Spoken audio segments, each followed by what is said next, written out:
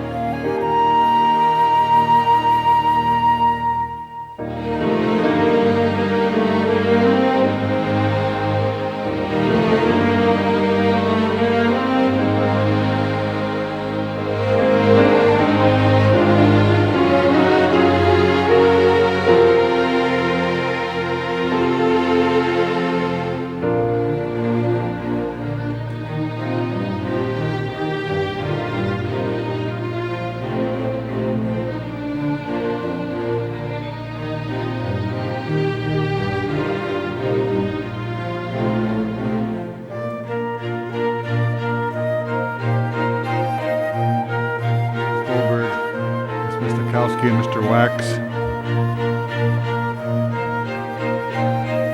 Would the council members please come to the council chamber?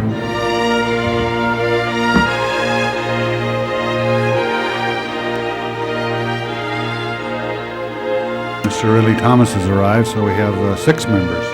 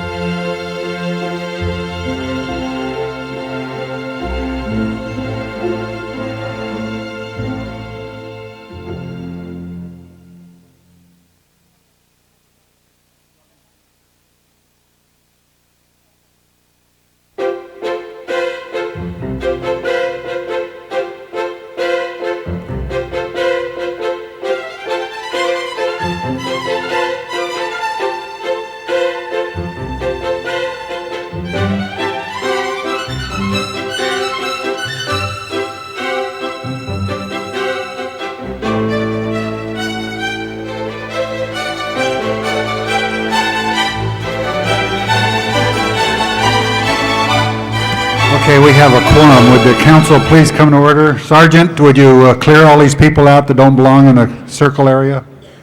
Sergeant, call the roll. Alarcon, Alatorre, Burnson, Chick, Fior, Galanter, Goldberg, Hernandez, Holden, Misikowski, Ridley Thomas, Warnich, Wax, Walters, Ferraro, 10 members present and a quorum, Mr. President. Okay, the council will please come to order. This is a meeting of the City Council for the City of Los Angeles on the 25th day of February 1998.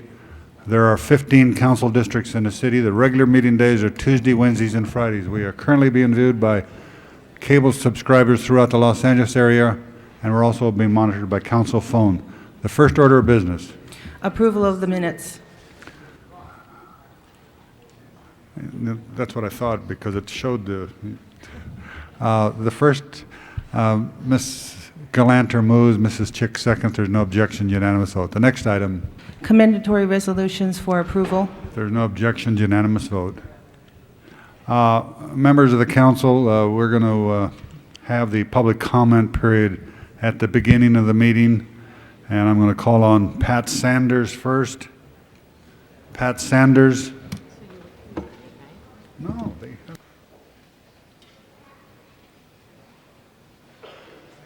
Pat Sanders, I thought, and then set the time for 10 minutes. Bob Duncan.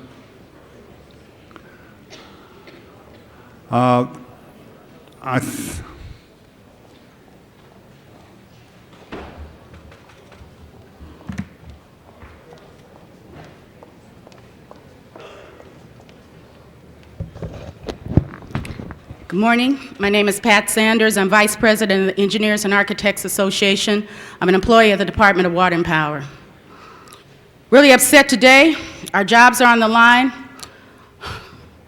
Our utility is on the line. The city is on the line, and you're on the line with us. This layoff effort is erroneous here. You've sat up and you've approved $216 million for golden parachutes for people that don't even have to get off the plane. Then you went along and you approved another $30 to $50 million for people that still don't have to jump off the plane. And you've only allotted $84 million for people that you're just going to throw off without a parachute that probably could steer the plane and provide a safe landing. I mean, I don't understand really where you're coming from here. When people go to layoffs, it's because of lack of work and lack of funds. Lack of work, we've got people in specific job classifications that are targeted for layoffs. I'll just use drafting technicians that have been understaffed for years, that are working overtime. They're not working overtime to milk the system, they're working overtime because there's work available. We have other classifications, it's the same. We have people that have already left, and we have other people that are being forced to do their work that is not in the same classifications. I mean, you have tried to go forth. You've got a guy that's come in here and rode in here from out of town that doesn't care about the city, that doesn't know a daggum thing about the utility, and he's telling you that you've got to kick these people out in the street. I mean, I don't see how you can go along and, as members, as representatives of the city, allow that. We're talking about city service here. We're talking about city servants. We have, at our own expense, spent money for an economist to come from out of town to show you other plans. You said we want to have other alternatives. We've done that. Mr. Freeman has not once sat down with any representatives of our association to work that out. We've been downsizing since 1993, and we would continue to do so as needed. But you're killing the utility, and you're killing your city, and you're doing it under the guise of utility deregulation. And you're doing it with Mr. Free. You're allowing him to do this, and this is wrong. This guy is just like a used car salesman. He's coming down the hill, he's talking one thing to the employees and one thing to you. Now let's go back with the issue of layoffs. And I understand layoffs, and you guys are civil servants. I know you understand layoff. I get a layoff notice. I bump back to the last position I held. Now, how are you going to tell me that the person in that classification, I don't bump another person? And that's what our people are being told. Oh, yeah, you're going to bump back, but when we get to the other unions, we don't want to touch them. We want the same fair treatment that the other unions are getting. You've allowed them, you've given them packages, but they don't have the threat of layoffs. You're trying to do too many things and allowing this man to do too many things at one time, and he doesn't understand what he's doing. It's obvious by his actions last week in trying to raid the retirement system. He doesn't have a stake in it. We do. We have a stake in this city. You know, I implore you, I don't know what else to say. You guys need to, I really believe either you're ill-informed. I understand that you have a heavy responsibility of the city budget on you. We have a responsibility, too, to the citizens and to our families. And I don't think that you want to kick these people out in the street if there's another alternative. And there is. You need to work with us. We're tired of coming up with ideas and nobody is listening to us. Freeman is not going to work with us. I've heard each one of you individuals here, different council members, speak about joint labor management committees. We have 6. Since Mr. Freeman has been in there since September, not one of them has met. We're not a union jumping up and down saying, no, we're not going to do this. We're trying to work to save a utility in the city. And I feel that you should be in that fight with us. Where are you here?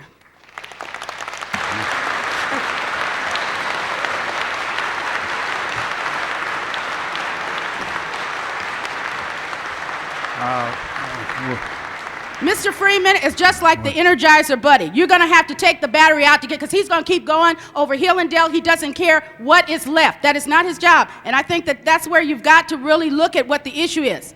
Mr. Freeman was not hired by you. He's doing according to what his job description is, and to gut, to destroy, to dismantle the utility.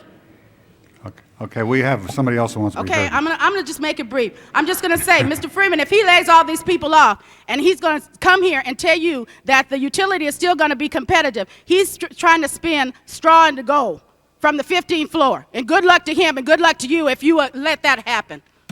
Okay, Bob Duncan.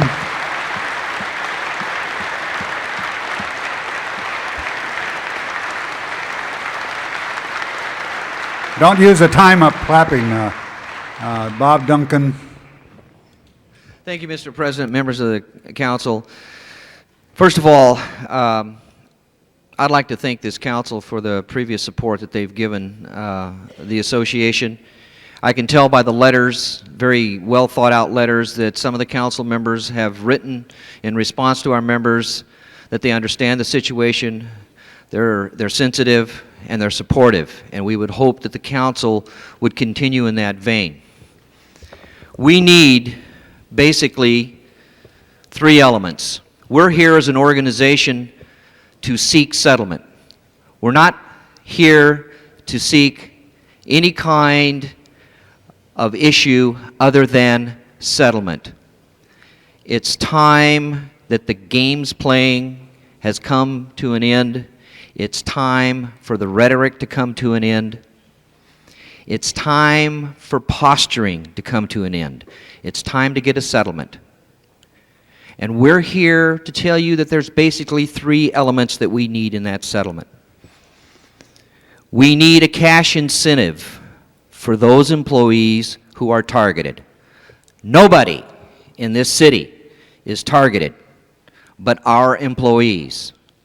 And you are going to dismantle the entire brain trust of the Department of Water and Power if you send those targeted employees out on the street. Because of the seniority system, all of the people that we've recruited throughout the country, very talented employees, are going to hit the streets. And you can't afford to do that as an institution that wants to be competitive. You must give us the additional cash incentive that we need to make sure the numbers get to the point, whatever those numbers are, and we have yet to receive them, to where it is acceptable for both sides. The second issue that we need is we need a redeployment system. Very quickly, a redeployment system would be those employees who did not opt for the retirement or the cash incentive that would be left and would go into what we call a redeployment pool. Those employees would either be retrained or redeployed throughout the entire city. Doesn't make any difference what bargaining unit they go into, doesn't make any difference what union they go into. They would be redeployed. You cannot go through the system that they want to go through right now at DWP without letting the dust settle first. and those people remaining would go through that redeployment pool. And the third thing, and most important, we need some good old-fashioned, good faith bargaining at the table. We have yet to receive any kind of meaningful counterproposals. We're tired of going to the table and negotiating with ourselves. Has anybody ever sat across the table and put a counterproposal there and look at the opposing party, and the opposing party simply says, well, we're going to stand on our position? How far do you think negotiations can get when you take that kind of games playing? We can no longer afford to do that. We are here because we want a settlement. We are here because we need a settlement. And we are here seeking your support, and I am confident that we will get that settlement if we have your support.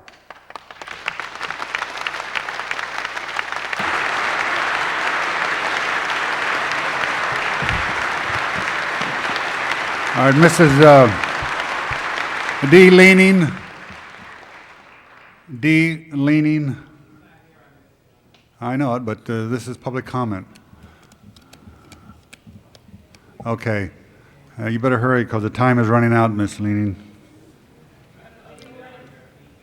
I didn't know you were here. I would have written it on the card.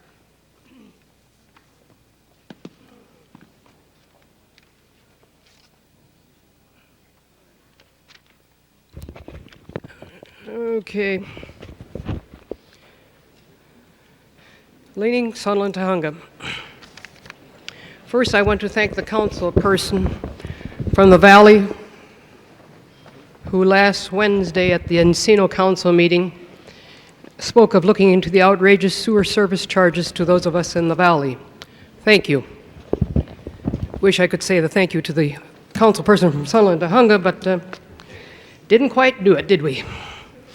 Anywho, yesterday, Carnival, Faschings, Mardi Gras have run their course, and today we have what is known as the 40 days of the Lenten season.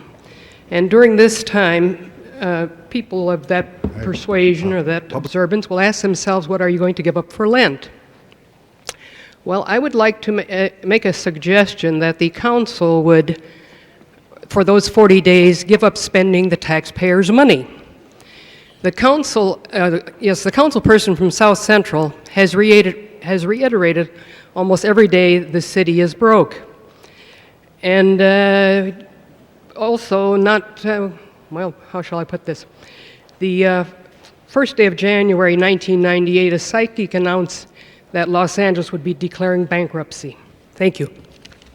Okay, that's all the cards we have, and the public comment period is closed. The next item. First item noticed for public hearing, item number 1. Okay, we have some people that want to be heard on item number 1. Wing Hop Fung and J.L. Jackson. Mr. Fung, Mr. Jackson. Okay, go ahead. Good morning, President Ferraro, members of the City Council. My name is J.L. Jackson, Director of Planning for a company called Licenses and Permits. We represent Wing Hop Fung Ginseng Incorporated in a Caldera approval action before you.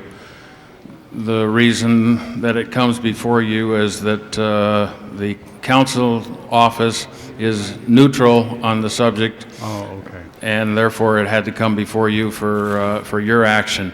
What we have before us is an Oriental medicinals shop. It's arguably the largest one in Chinatown, downtown LA, possibly even in all of LA County. What they sell are medicinals, some of which either themselves contain a level of alcohol or are most efficaciously ingested with such things as what are called health-preserving wines, and we have a couple of bottles of those, and they state right on them that they're health-oriented wines. They do not seek to sell beer and wine in the normal context. In fact, they don't want to have anything to do with beer. They don't have a cooler. These are strictly medicinal wines. They have support of people from as far away, as customers as far away to the north as Lancaster, to the east as Hacienda Heights, to the south Garden Grove, and to the southwest Torrance. So you can see that it has quite a clientele in terms of region serving. In fact, this very morning I spoke with an acquaintance of mine who is a doctor of Oriental medicine, and before I got the words Wing Hop Fung out of my mouth, he said he had been there the day before yesterday to make a sizable purchase, and that's sheer coincidence. What is before you then is the necessity to make a finding that that this particular use in this location will advance the public convenience or necessity, and I believe that it has been amply demonstrated before the Office of Zoning Administration as well as the Council Office that this not only serves a public convenience but also satisfies a public necessity. I have with me, well, I might add that of the 10 mandatory findings that the zoning administrator must make in granting a conditional use, which was granted, the first of those 10 mandatory findings has to do with the very subject that Caldera addresses, that of public convenience and necessity, and obviously, since it was granted, he found that those conditions do exist. Along with me today is Mr. Polk, who, if you desire, can tell you more about the nature of these medicinals as well as the conduct of the business. Okay, well, if the council wants to hear that, Wing Hom Fung is not here? Mr. Paku is a representative of them. Okay, well, be very brief. We've given you quite a bit of time already.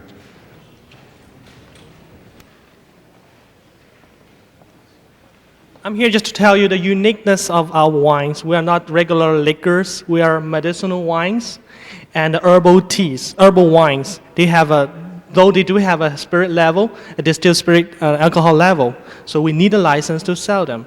And our survey reveals to us that there is no other places in the whole Chinatown area which are selling those very traditional Chinese health-preserving liquors. Okay, these are not very generally consumed by Western people. They have a very strange, some people say they're very strange taste. So we will not have a problem like people coming in, pay $5, $10 and have a can of beer and going on the street. This will not happen. Okay. It is natural for people, if they ever want to find out something about Chinese medicine or traditional wines, the first place they go to is Chinatown. But in the whole Chinatown area, they cannot find and buy those traditional health-preserving wines. This is why I want to bring it to you, the uniqueness of this product. Thank you.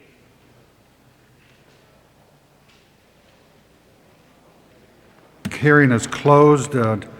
Is there any discussion on item number 1?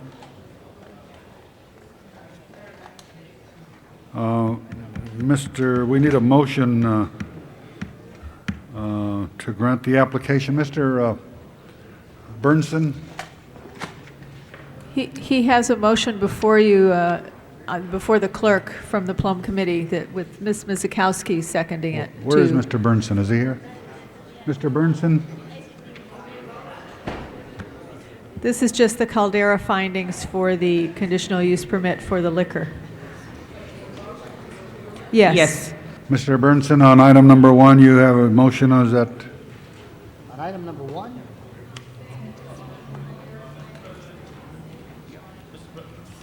Mr. Ridley Thomas? What is your point? That the technician should modulate the system. That's my point right now, Mr. President.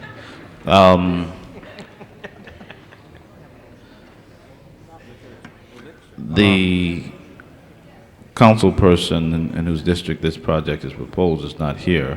There's representation by the speaker that the councilperson is neutral. Do we know otherwise? Well, the only thing is that his office has not asked that we continue this or has not said one way or another. So why don't we leave it on the desk? Yes, And, I mean- Mr. Burnson might have some Yeah, information. we have a motion here. From? This is apparently in conjunction with, for the council office. I hereby move the council adopt the following recommendations with respect to the application determination of public convenience or necessity for the sale of alcohol for off-site consumption at 727 North Broadway, number 102, Los Angeles, Wing Hop Fung Ginseng Incorporated, in City Council District 1 on today's council agenda. I believe this has been circulated. Does everybody have a copy of this, or do they not? Okay. Determine the issuance of a liquor license at 727 North Broadway. Los Angeles will serve the public convenience or necessity, will not tend to create a law enforcement problem. Grant the application for determination of public convenience or necessity for the sale of alcoholic beverages for off-site consumption at that site.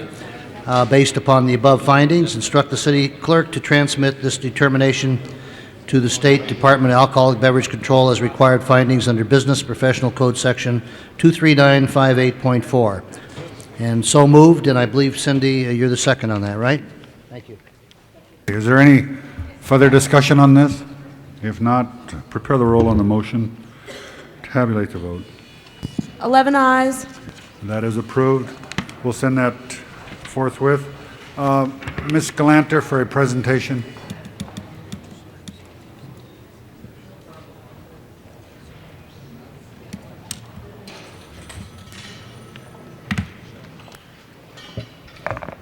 Yeah, don't come up here. Thank you, Mr. President and council members. I know this isn't our normal presentation day, but I did want to be sure to get this in during the month of February.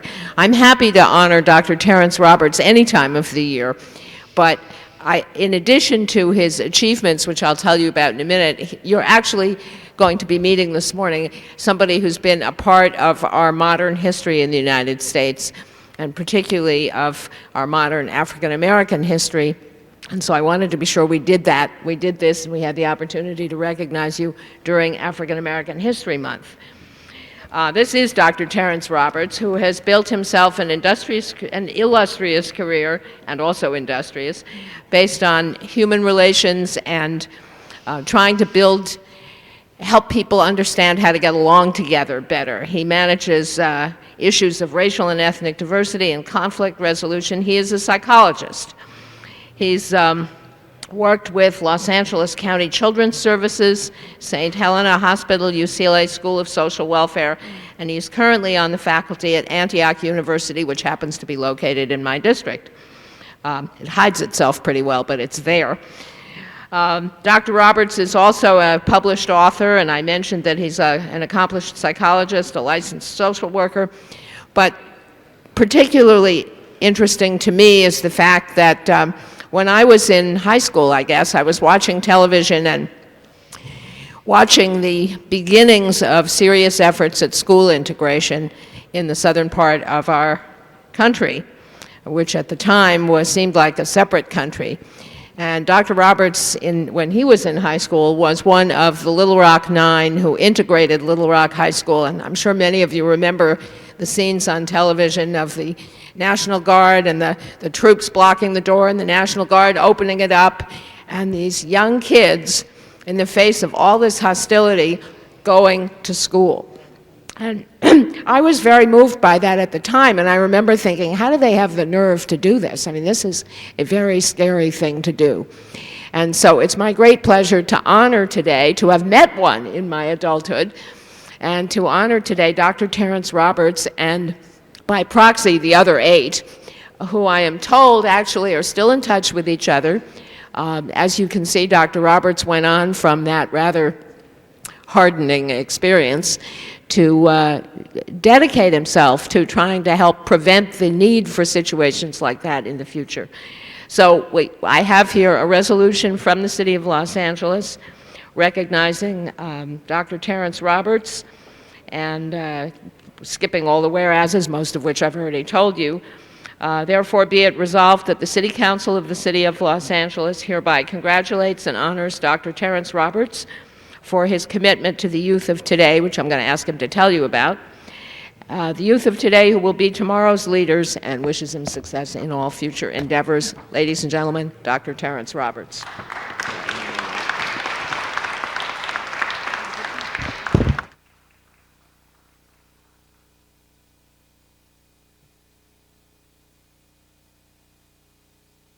All yours. Thank you, Councilwoman Galanter and the rest of the City Council members. It is indeed my pleasure to be here and to accept this commendation. And just like to inform you that the Little Rock Nine is alive and well. We have formed the Little Rock Nine Foundation, which has been established to support the educational endeavors of young people throughout this nation. And hopefully, we will be calling upon you for your support of that endeavor as well. Thank you. Thank you, Mr. President. Thank you, Ms. Galanter. Okay, the next item. Items for which public hearings have been held, items 2 through 7. All right, are there any special by council members? 2 through 7. Any specials? If not, prepare the roll on those. We need a motion, and we'll, Mr. Burnson will move, prepare the roll and tabulate the vote. 12 ayes.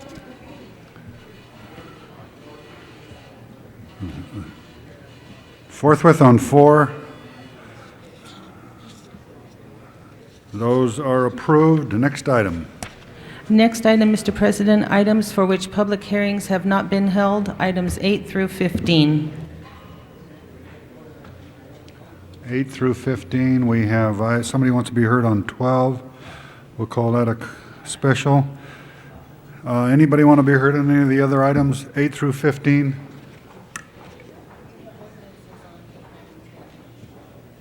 No. Seeing none, the public hearing is closed. Any specials by council members? 8 through 15? If not, prepare the roll on 8 through 15 with the exception of 12. Tabulate the vote. 12 ayes. Those are approved. Those include the ordinances on 8, 9, and 10, and we will send 13 forthwith.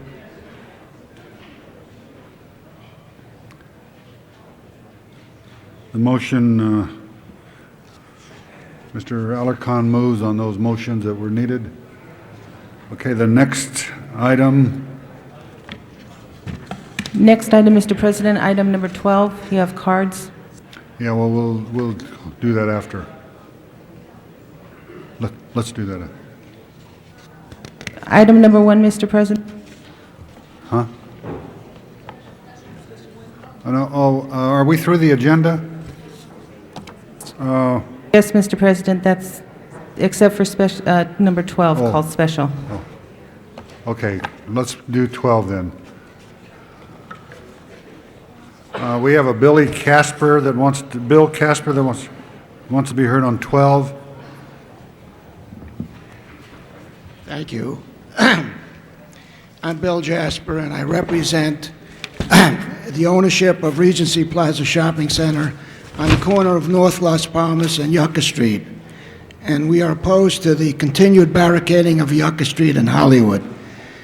We have been unable to re-equip and reopen a laundromat and pizza restaurant which served the community for over 35 years due to the blockading of the street.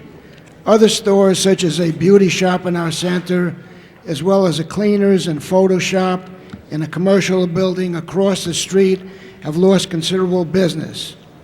These business owners, as well as many residents, have petitioned to have the barricades removed. At the time the barricades were installed approximately 3 years ago, the 18th Street gang had taken control of the street. All the barricading accomplished was to move the gang activities over to the periphery of the barricades. Approximately 2 years ago, due to an intensive crackdown by the LAPD crash unit, the 18th Street gang moved its activities to other parts of Hollywood. There are other more effective ways of repelling crime that would not hurt businesses and residents alike. For example, we asked for over a year ago for the expansion of the Hollywood Business Improvement District to our street, and we're pleased that this is finally coming to fruition. This will mean that private patrols can supplement regular police activities. In the interim, before the BID is put in place, we can cooperate with other property owners and jointly contract for an expanded 24-hour West Tech patrol that we've been using for many years.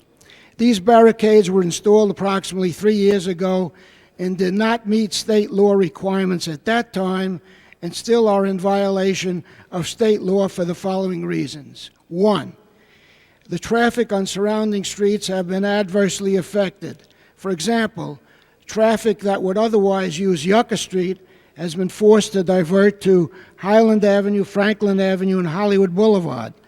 The traffic count at Highland and Franklin is already at a gridlocked 58,000 cars. The report by the Transportation Department that was submitted to the Transportation Committee was completely inadequate and did not come close to meeting the state reporting requirements. 2, the barricades create hazardous conditions and impede and hamper emergency vehicles such as fire trucks and ambulances, placing residents in jeopardy.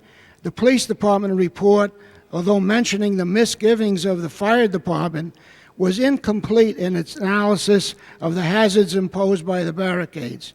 3, deliveries of freight to commercial locations have been seriously impeded, as evidenced by letters from truckers. 4, the original imposition of these barricades was unjustified in that the residents were not notified as required by state law and therefore did not have an opportunity to state their positions.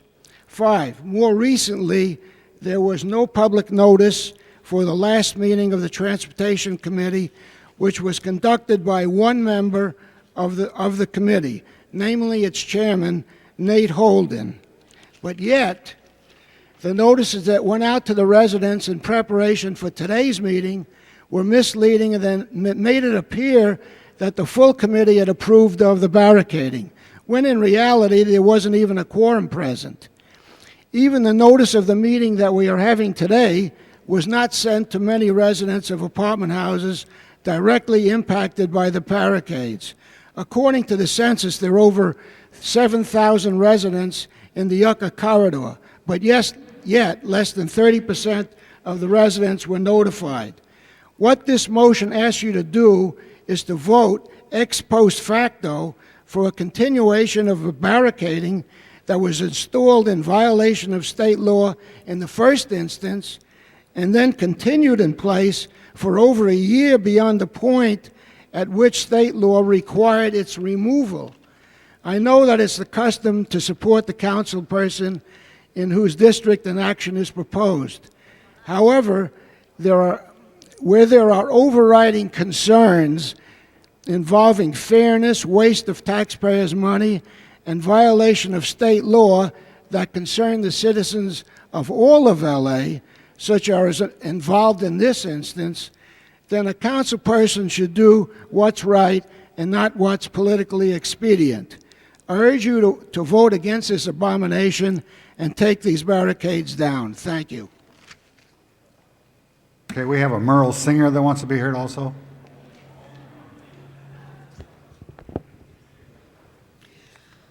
My name is Merle Singer. I own property on the Yucca Corridor. I'm also president of the Yucca Corridor Coalition of Property Owners and Managers. I am testifying in favor of continuing the diverters, the traffic diverters, for a couple of reasons. Number one, they're effective. As Mr. Jasper has already acknowledged, gang and drug dealing has left a good bit of this area. It has moved elsewhere, we don't exactly know where.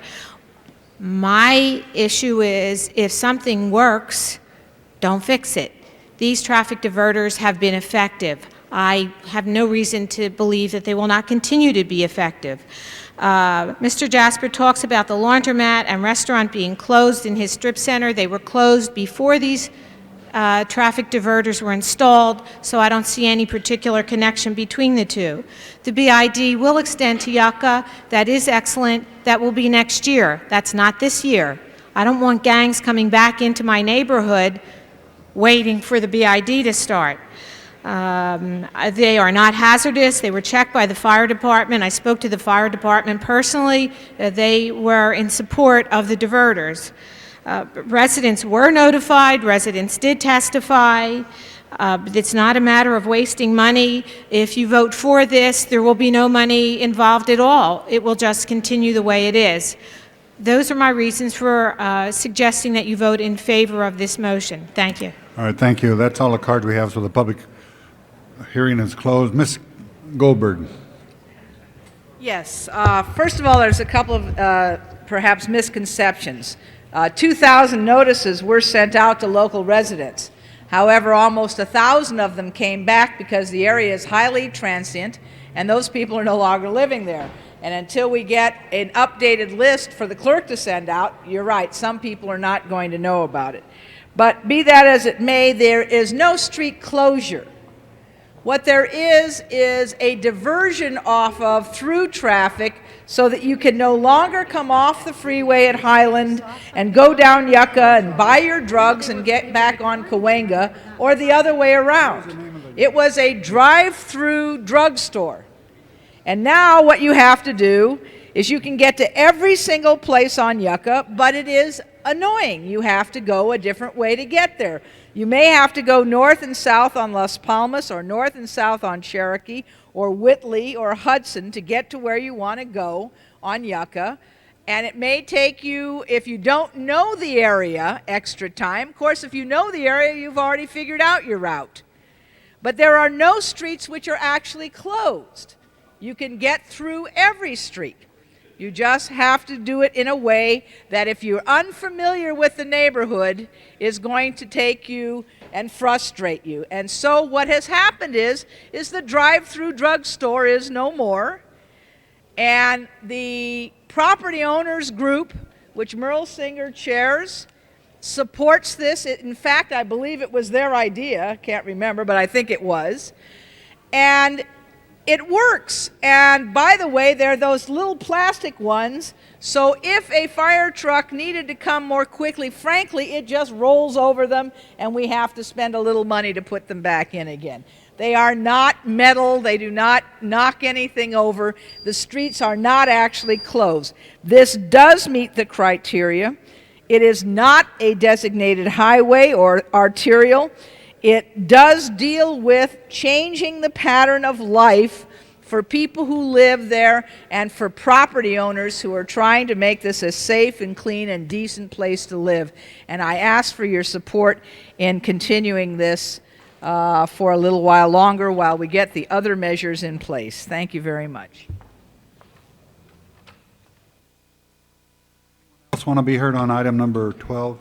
Mr. Wax? I just want to make a comment. I was listening to Ms. Goldberg because I go to Hollywood somewhat frequently, and at times I was caught in what looked like a maze and couldn't figure out how to get in or out. And the initial reaction was like a little impatience, but the reality is it is really helping deal with a serious problem.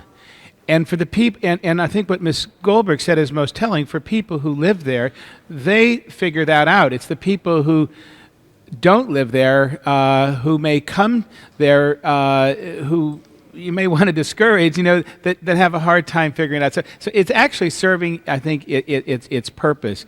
And particularly, I would think, for businesses that rely mostly on people in the area to patronize it, as opposed to some businesses that rely a lot on people from out of the area.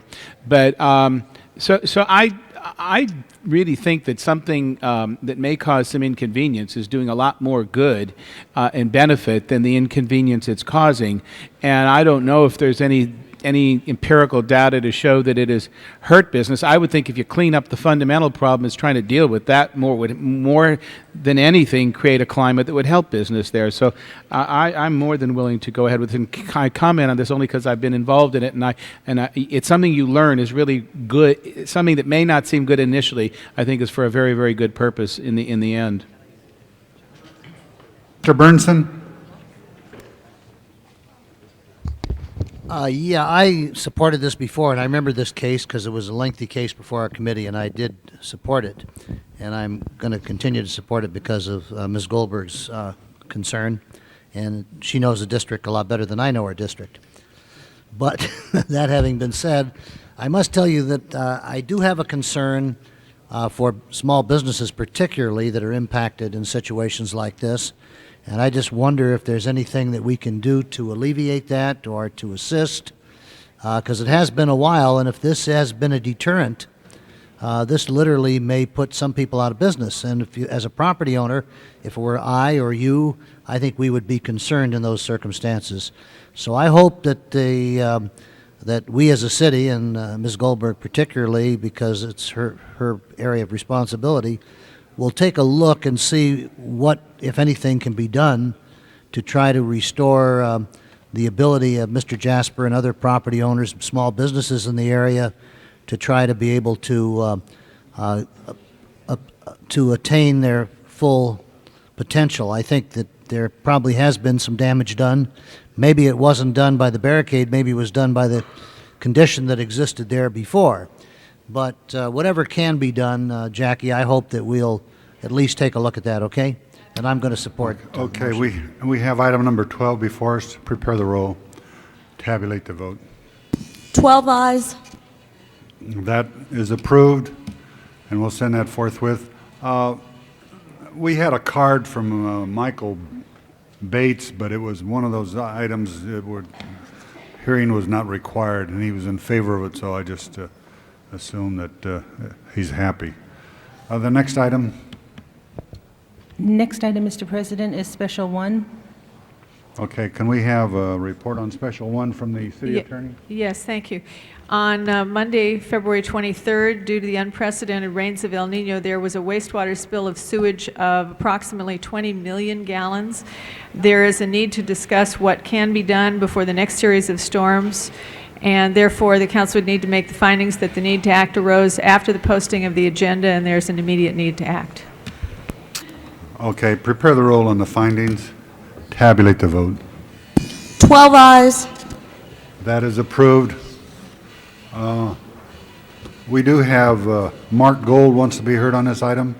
President, I'd suggest that we have a presentation from the relevant bureaus first. I'd like to say a couple of things, and Mr. Gold is certainly more than welcome to comment, but I think it may be helpful if that's acceptable to hear from the bureaus first.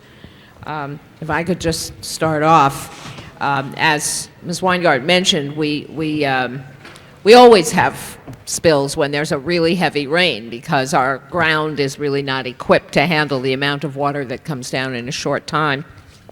But in Monday's storm, which was essentially the mother of all storms so far, we found ourselves at where all of the sewage treatment plants were going full blast. They treated more than I think they're supposed to be able to treat, and yet because of the volume of water that was coming through the sewer system and down the storm drains and everywhere else, we were forced to find ourselves in a situation where we spilled about 20 million gallons of raw sewage. Now, just in case you wonder what that is, I have here a sample. This is 1 gallon of wet weather raw sewage. This is what we call the toxic cocktail. And picture now 20 million of these.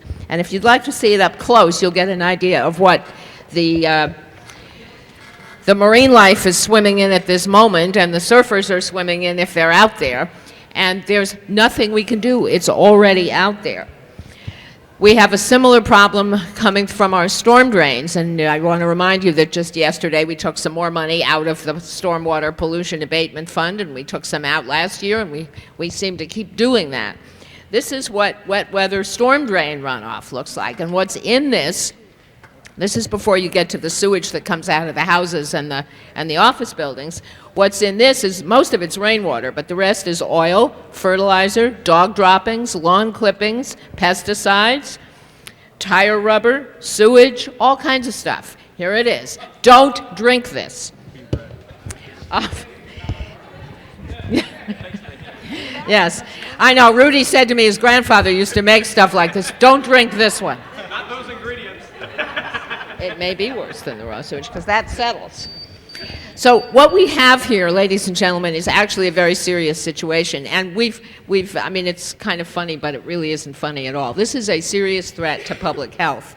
And we've got to be in a position to minimize the hazards to public health as well as environmental health. And we've also got to recognize why these things happen.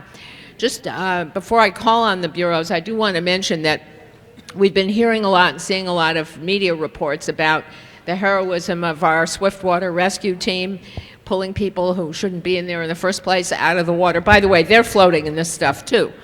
The fire department, the police department, our traffic safety officers have been out clearing streets. Everybody's been working hard. The people you haven't been hearing about are the people who've been hip deep in this stuff, trying to plug the holes and fix the pipes and make sure that it minimizes, that the damage is minimized. And we really owe a debt of gratitude to a whole bunch of city employees, most of whom we've never met, who've been out there literally hip deep in this stuff for the last few days trying to fix it. So I think it's worth a moment of public acknowledgement that being a city employee is not always a piece of cake. What I'd like to suggest is that we hear from, yes indeed, that we hear from the Bureau of Sanitation, the Bureau of Engineering, and anybody else you feel is appropriate to explain to us why this happened, what we can do about it. There's probably not a lot we can do in time for the next storm, which will probably be in a week or so. But this could happen next year. And I know Mr. Ridley Thomas has been working very hard with you to try to get the east side interceptor sewer constructed. Several of you are new since we built the NORS, the North Outfall Replacement Sewer, but that came also with a lot of controversy. And they all come with controversy. I just think it's important that we understand and the public understand that there's not a big range of options here. We can have it like this, or we can have it not like this. So who wants to start? Judy? I'll start in. Thank you. I'm Judy Wilson, Director of Sanitation. And yes, we regrettably had a 20 million gallons of spillage as a consequence of the storm event. But I simply want to remind you that when we came before you in October to talk about our wet weather preparation, we did say in a 25-year storm, our infrastructure is not equipped to deal with that tremendous amount of water, and that we would do the best we can. And we did do the very best we could. None of the spillage was as a consequence of operator error. It was all due to structural deficiencies in the infrastructure itself. And I'm going to have John Cross, our Assistant Director, go through the data with you. But before he starts, I just want to also let you know that John and I are going around to every wastewater collection yard and meeting with the people who are hip deep in that stuff and asking them to be our eyes and ears to record any incidents. And we're going to compare that to our capital improvement program. Make sure all the pinch points are in the capital improvement program, and if we can move up some of the more difficult problems, we will. And we will have that underway and, as part of our budget process this year. And with that, I'll introduce John Cross, our Assistant Director. Good morning, council members.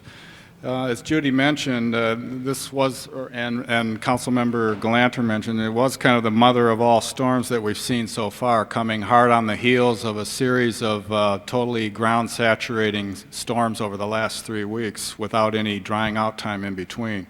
And as we said in October, this type of condition is going to cause problems in both the stormwater and sewer systems, which we found out on Tuesday.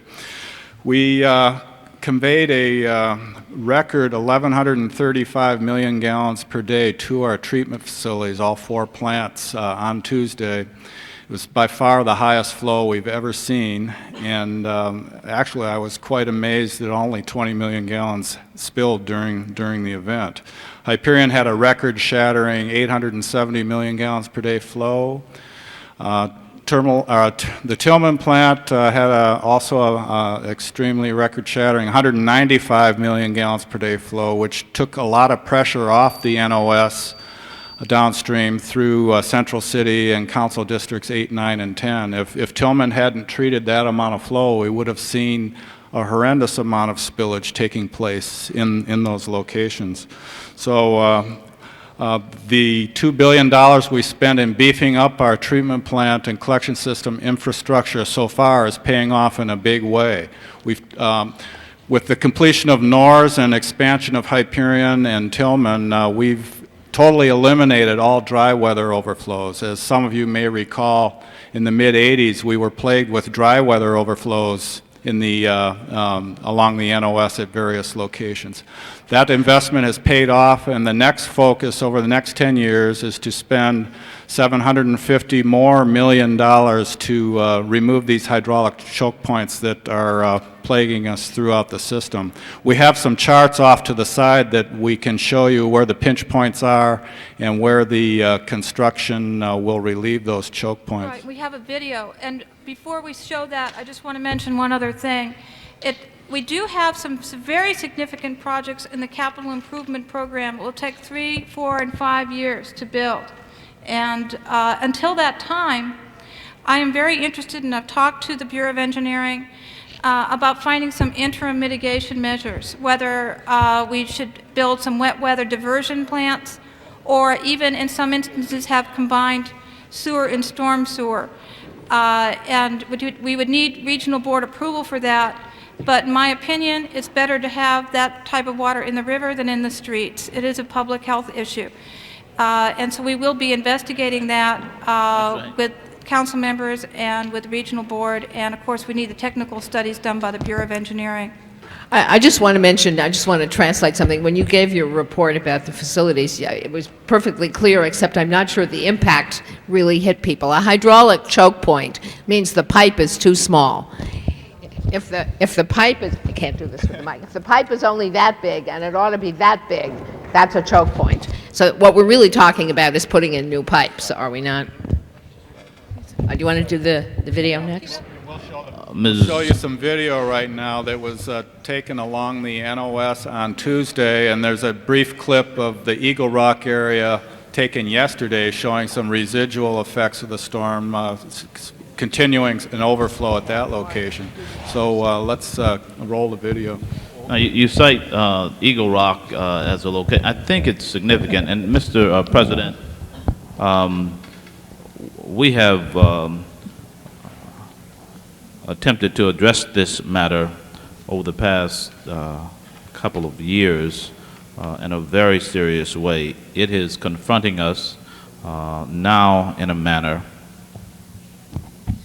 that is inescapably clear. The video that you will see or that is showing now is very, very graphic with respect to the impact this has in communities. 20 million gallons of sewage in this city anywhere. That which we just saw was a high school in our city. It happens to be one that is well known to many of us as Manual Arts High School. We cannot put young people at risk. There's approximately 3 million gallons in and around that immediate area on February 6 and 7. I just simply want to restate that as it relates to both public safety and public health, we are, and those that we represent, are at risk, and it is urgent that we take this matter seriously and begin immediately to direct the staff to come with a short-term plan to relieve us of this kind of crisis and public health disaster. I simply want to say that the planning that we've done that would cause a system to be built over the next 5 years is appropriate, but I don't think this issue can wait, and I think we need to renew our directions, our directives to staff to look deeper and more critically at the urgent nature of the crisis and come back to us in a specified period of time to update us as to what can be done, which may not have been considered, and those directives would be sent forward to both engineering and sanitation. I don't know how we can tolerate sewage in our streets. Mr. President, the impact in various parts of the cities in the city is just simply beyond expression, and to the extent that that is the case, I would think all of us would be quite concerned to alleviate this problem with the greatest degree of immediacy and or urgency. And I would so move. Mr. Ridley Thomas, why don't we continue this thing for 2 weeks and get the staff to come back with an action plan so we can... moved. Okay. Don't steal any more money from pollution abatement in the meantime. No, we'll take it out of the airport. Now, Mr. Burnson. Ms. Goldberg? I just really had a question. We had a situation, nothing as serious as this, except to the people it happened to, where I guess they call them manhole covers that we saw here, was sealed. And what happened as a result of sealing it was that the sewage backed up instead of onto the street into people's homes. So why would we seal a manhole cover? For odor control purposes is the reason we do that. We have an odor hotspot at various locations in the city where the residents virtually demand that we seal those covers to keep the odors under control. I doubt that this neighborhood's one of those. Okay. But when we called, that's what we were told. We were told that they had sealed it. So now, is the city liable for all of that stuff backing up into there? Should I advise them to file a claim? Okay. What they also wanted to know was, since they don't believe the storms are over for this year, are you going to unseal them now, or do they expect this to happen every time it rains from now on? Take a look at that. We will go. All right. Take a look at I'll have my office, if you give me a specific person, do that, because we were shocked that it was sealed. We thought maybe it was a prank or inadvertence, and the department says, no, we did it on purpose. I thought, I'd much rather frankly have it in the street than in someone's living room, as bad as it might smell in the street. So we can take care of this. All right, well, as long as you were here, I thought I might ask whether we did this or not. Sam, you Yeah, want to say something? I want to sort of put together a couple of comments made by Councilwoman Galanter and Councilman Mark Ridley Thomas in regards to the long-term solution. A few months ago, this council approved us going forward with the environmental documentation for the East Central Interceptor Sewer, the ESIS project. If the ESIS project was in place, and this is one of the key reasons why we need the ESIS project, we would have been able to contain all of the sewer within the sewer system. This spill would not have happened. So I think this winter is sort of an example of why the need for that project. And we are moving forward with implementing and putting the environmental document together on it. Ms. Galanter suggested that Mark Gold, where is Mark Gold? Mark, would you take the center table, and if you want to make some comments, you're the executive director of the Gila Bay, which is...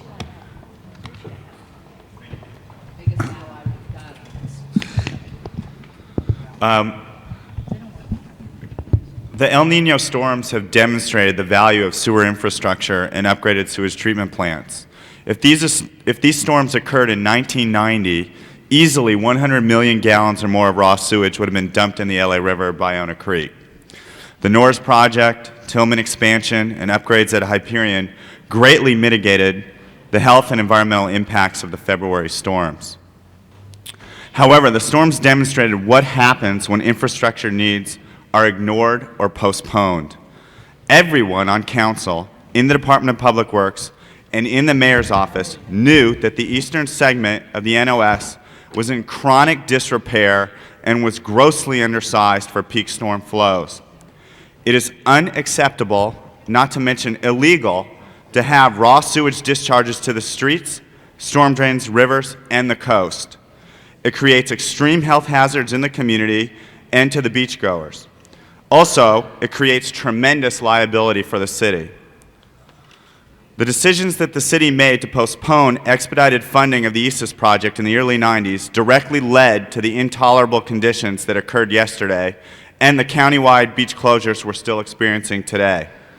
One of the city's responsibilities is to protect public health and welfare. On behalf of Heal the Bay, I urge the city to expedite the ESIS project, to investigate and implement short-term solutions to stop raw sewage spills to city streets, and to enhance the Department of Public Works inflow and infiltration program. The situation at 41st in Arlington and 42nd in Kansas and near Manual Arts High School is intolerable. The tragedy of the situation is that it was preventable if the city had the foresight to go forward on infrastructure improvements with ESIS. Please act quickly to prevent this public health hazard from reoccurring every storm season. One last thing, I know this was a very extreme storm that we had the last few weeks, but I would like to add that LA County sanitation districts, who I'm generally not a fan of, if people who know me, had no major spills during this entire situation. So it can be done. Thank you. Thank you, Mark. Mr. Fuhr. Thank you, Mr. President. I have a couple questions. First question is, we know that once sewage flows across the street, that there is residue from that sewage that remains on the street. What are we doing with respect to our streets and with respect to beaches over which the city has any jurisdiction to assure the health of people who, once the sewage has superficially appeared to flow by, remain to traverse those streets?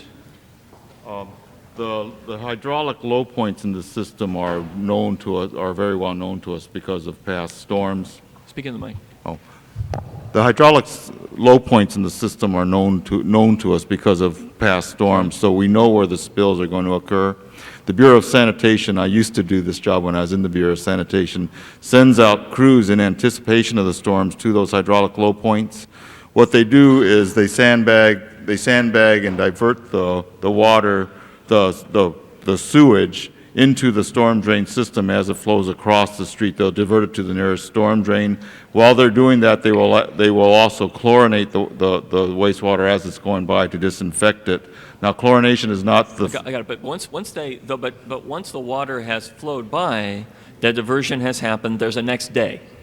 And the next day, is there not some residual bacteria and so forth present both on the street and at the beaches? The chlorination would continue until they're fairly sure that at least... No, but I mean, do we clean the streets with special chlorinated cleansing Our crews devices? clean up after each overflow event. They do not leave the site till the streets have been To flushed. sanitize the street, to sanitize the beach. Exactly. Yeah. All right. Second question is, because of the possibility of LA County being declared a disaster, the declaration of emergency from the federal government, is there the possibility of receiving federal funds to enhance the systems that we have in place?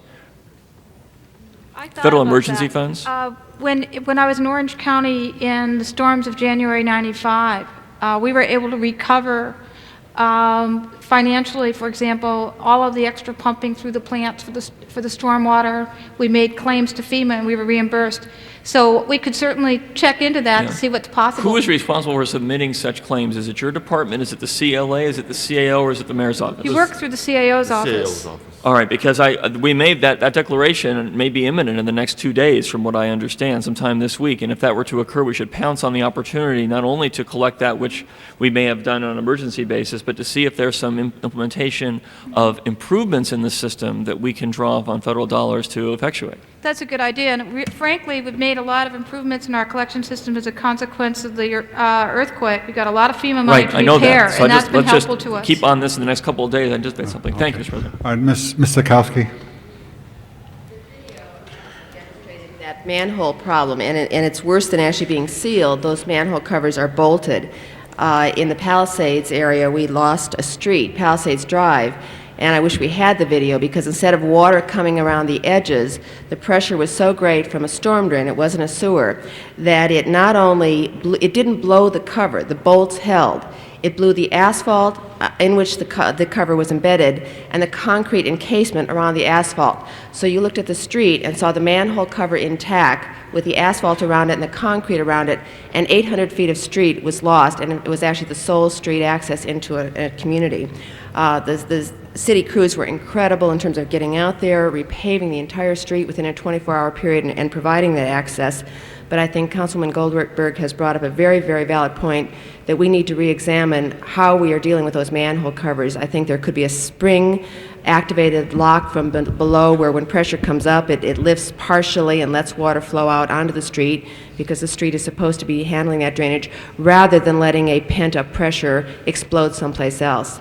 So I would like, I think, the Bureau of Engineering to work with Bureau of Sanitation on that, because I think bolting those things for protection, for letting people in, is creating a counterproductive problem that may erupt someplace else. Yeah, I think we recognize the problem. And we How, will certainly how does sealing the manhole covers control odor?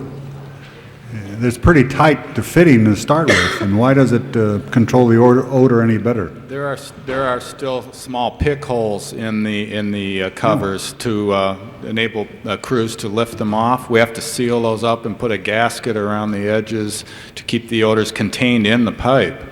If they're bolted down, that's one thing. If the way we seal them, they're supposed to pop when the pressure builds up on the sewer. On the storm drains, Councilmember Mr. Kowski explained they were bolted down. I'm not clear on why they're bolted down. Sam, do you have a? There's a couple of reasons. One reason is because you do tend to have unauthorized entry into the sewer system if you don't have some sort of locking device. So usually the bolts are the Allen wrench type of bolts. The other reason is you actually have vandalism where manholes have been stolen from the system, leaving a hole in the street. So it's also a traffic safety issue too. So we need, I think Cindy had a good suggestion. We need something which will take care of those issues, but still allow the pressure relief. I think that's what we need. All right. Mrs. Chick?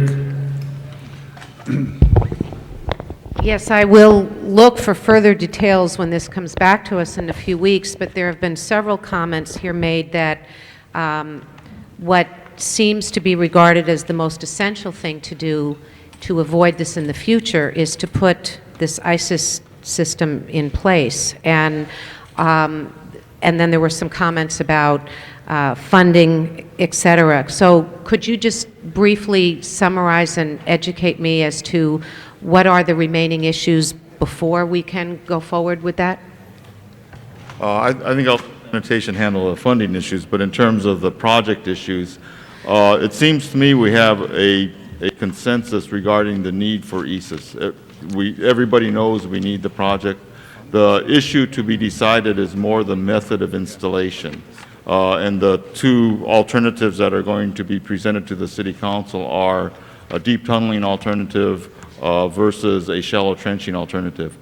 Either one of those alternatives, if when installed, would have taken care of Monday's problem. Okay, so there's not a difference in terms of operations of the project, but there are differences of schedule, technology, cost versus community impact of the construction. And in terms Shallow of trench. and in terms of adequate funding, is there adequate funding allocated whichever method is decided upon? just as a general statement, in order to fund ESIS, we are going to have to bond the project. We have the authorizations from the city council where we would be within our authorization limit, but we would have to do it through bonding. Trying to generate funds through the existing sewer service charge would probably not be adequate on a general basis. I don't know if you want to add anything to that. No, that's right. And we're assuming that in our capital improvement program, the project is in our CIP. We have funds this year for the environmental process, and the significant construction monies were really in 99-2000 and in 2000-2001 and finishing up the final fifth year. So in terms 2002. of some of the discussions and memos that have been going around about our bond indebtedness, this has been planned for and is part of the That's total. right. And it's a special fund, so it's not part of the city's limit. Yeah, Mark is correct in saying that it's true that back 5 or 6 years ago when we were first talking about funding ESIS, that the financial situation of the city was a restriction on its schedule. Right now, the restriction on the delivery of the project is not being affected by financing. It's being affected by what we have to do by law regarding environmental documentation. And the decisions that you stated. And the decisions that we need to put forward to the policymakers. Okay, but funding is adequate and in place? Yes. That's correct. Yes. Thank you. Mr. Ridley Thomas? Mr. President, members of the council, I trust as a result of this presentation, and Mr. President, I'm fully aware that we will have a follow-up presentation with an action plan from engineering and sanitation. But I think it should be completely clear to all who have paid attention to this discussion that any further delay with respect to the repair, that is, the overhaul, the correction of the serious problems in this city's infrastructure as it relates to sewer systems is tantamount to irresponsibility. Any public official, elected or otherwise, who does not get the message that people's health is at risk needs to just simply wade through what is going on here at 41st and Dalton, at 42nd and Kansas, at Arlington and Martin Luther King Junior Boulevard, and the other parts of the city that have been subjected to these god-awful conditions of literally millions of gallons of raw sewage. Mr. President, members of the council, Mrs. Galanter, I thank you for the emergency motion that you introduced. This is the concern that many of us have been raising for the past year plus. I trust that we all appreciate that delay is just simply unacceptable. We must move forward in the interest of the health and safety of the constituents of this city, directly and indirectly impacted. Thank you, Mr. President. Ms. Galanter. I concur. First of all, I want to thank all of you for coming, including Mr. Gold, Dr. Gold, sorry, who leads the organization that really functions as our conscience, especially out in the beach areas. I just want to mention a couple of other things that we haven't really touched on here. Mark is absolutely right. Mark Ridley Thomas is absolutely right. We have got to get this system fixed without further delays. It is disruptive and inconvenient when we do the construction. There is no question about it, but we really don't have a choice. I think I'm still the only council member who has seen the inside of a new sewer pipe when the Norris system was ready to open, but it's very impressive, and the reason I went to see it is that I also saw one of the old ones when the street on top of it fell in, as per this diagram we have here. And believe me, you should all have this experience because it will enable you to tell your constituents with utmost conviction that there is no time to waste in this system. Remember that this is not only carrying sewage from the city of LA, but we're also treating the sewage of a whole bunch of other cities. Culver City, Santa Monica, who else? There's like 20 of them, aren't there? 15? There are 15 other cities whose sewage is also going through this system, and incidentally, they do not pay for the upgrade. They pay a treatment thing, but they sued when we tried to get them to share in the cost, and they succeeded in blocking our ability to have them participate in the upgrade, but they still send us their sewage. The other thing I want to mention, so if you start hearing from other cities that it's because of LA's sewage, remind them that most of them are using the same system and not paying for the upgrade. The other thing to keep in mind is that the problem, as we've all seen, is too much water. And let us all be grateful that we have as many low water use toilets as we do, because if we were still under with the old water guzzlers, it would have been worse. We have more to do in that retrofit program. We're only, I think, about a third of the way through the city, although we have done many hundreds of thousands of retrofits. Where last week or the week before, just before the mother of all storms, Judy Wilson and Dave Freeman from DWP were in my office.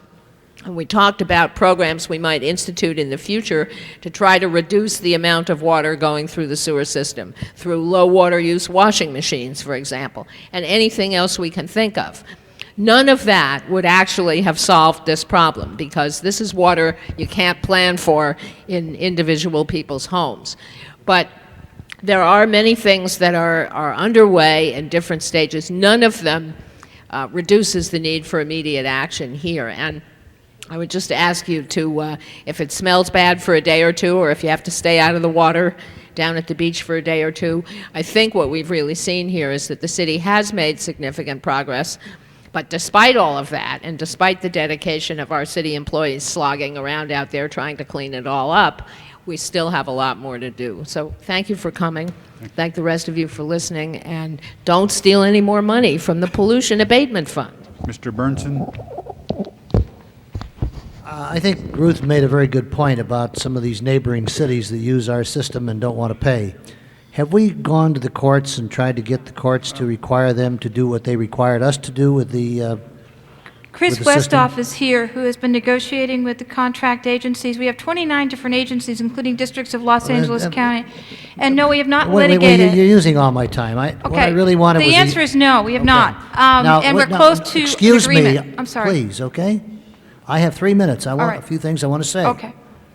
Now, it seems to me that the very court that we signed a consent decree with that ordered us to provide secondary treatment on all of our sewage and improve our system, why can't now we go to that judge or that court and make sure